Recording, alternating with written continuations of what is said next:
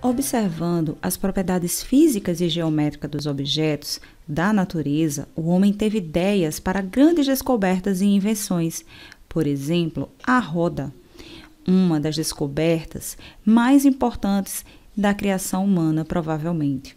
Ela teve origem na constatação de que objetos pesados poderiam ser deslocados com facilidade sobre troncos de árvores. O cilindro é um sólido geométrico tridimensional classificado como corpo redondo. Isso significa que existe a possibilidade desse objeto rolar se for colocado sobre uma superfície plana levemente inclinada. É uma figura geométrica encontrada com frequência em nosso dia a dia. Suas aplicações são muitas e limitadas. Equipamentos industriais, peças de acessórios de veículos, embalagens de uma série de produtos que consumimos e até mesmo compartilhamento de produtos líquidos ou gasosos. Esse é o cilindro que iremos estudar na aula de hoje. O que seria o cilindro? Bem, o cilindro ele é obtido através da construção de dois planos paralelos, alfa e beta, e um círculo C no plano alfa. Depois, nós traçamos uma reta R secante a esses pontos, esses planos. E o cilindro seria o conjunto de todos os segmentos paralelos a R, que possuem como extremidade justamente o círculo C no plano alfa, de algum ponto no plano B.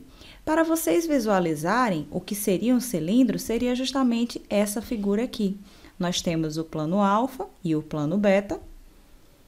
Temos também paralelos, a eles, dois círculos de centro C.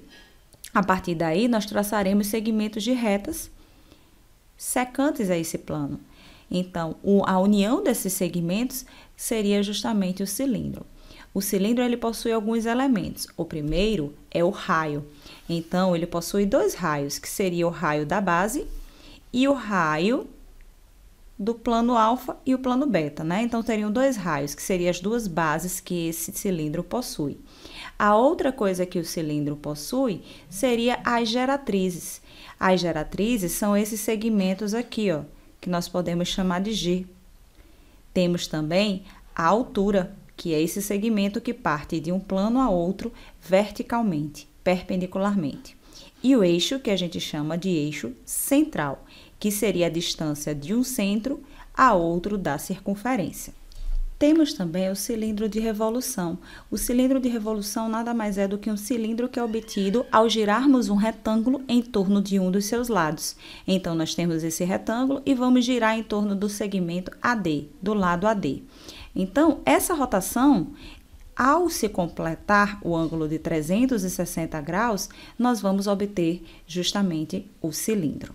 A primeira classificação que eu vou falar é sobre a classificação dos cilindros oblíquos.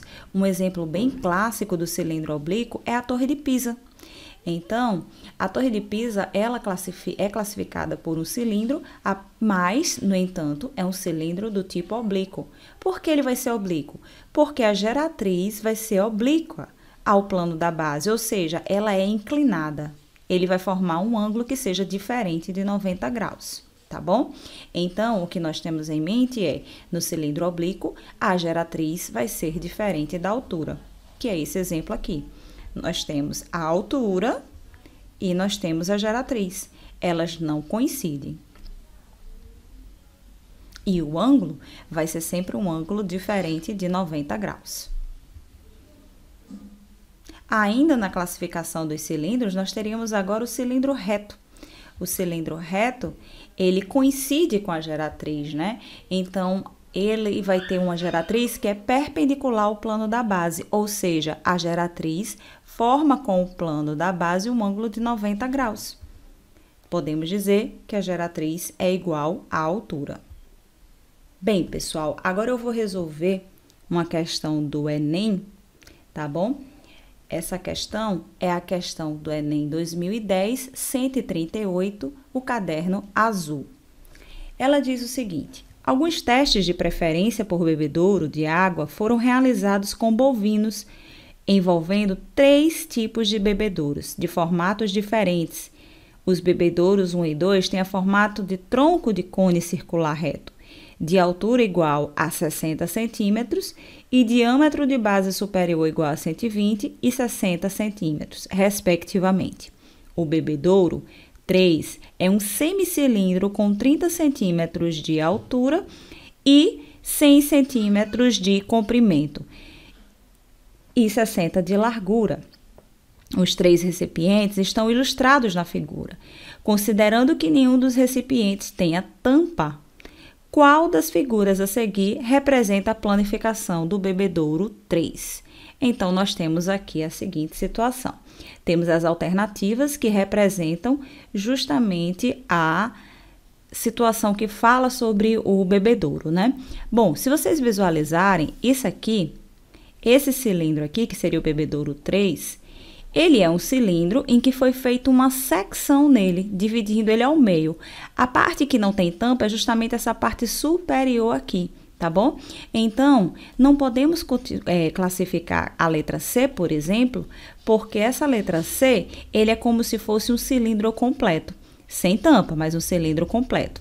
Já aqui seria mais para o tronco do cone, ou a situação do bebedouro 2 ou a situação do bebedouro 1. A mesma coisa seria na letra B. Depois nós temos a situação da letra D, que seria apenas uma parte do cilindro aqui, né? Então, a letra D, ela não pode ser, porque nesse bebedouro 3, ela tem essa partezinha aqui, ó, que vai ser planificada, e essa outra parte do fundo, que nada tem a ver com a tampa.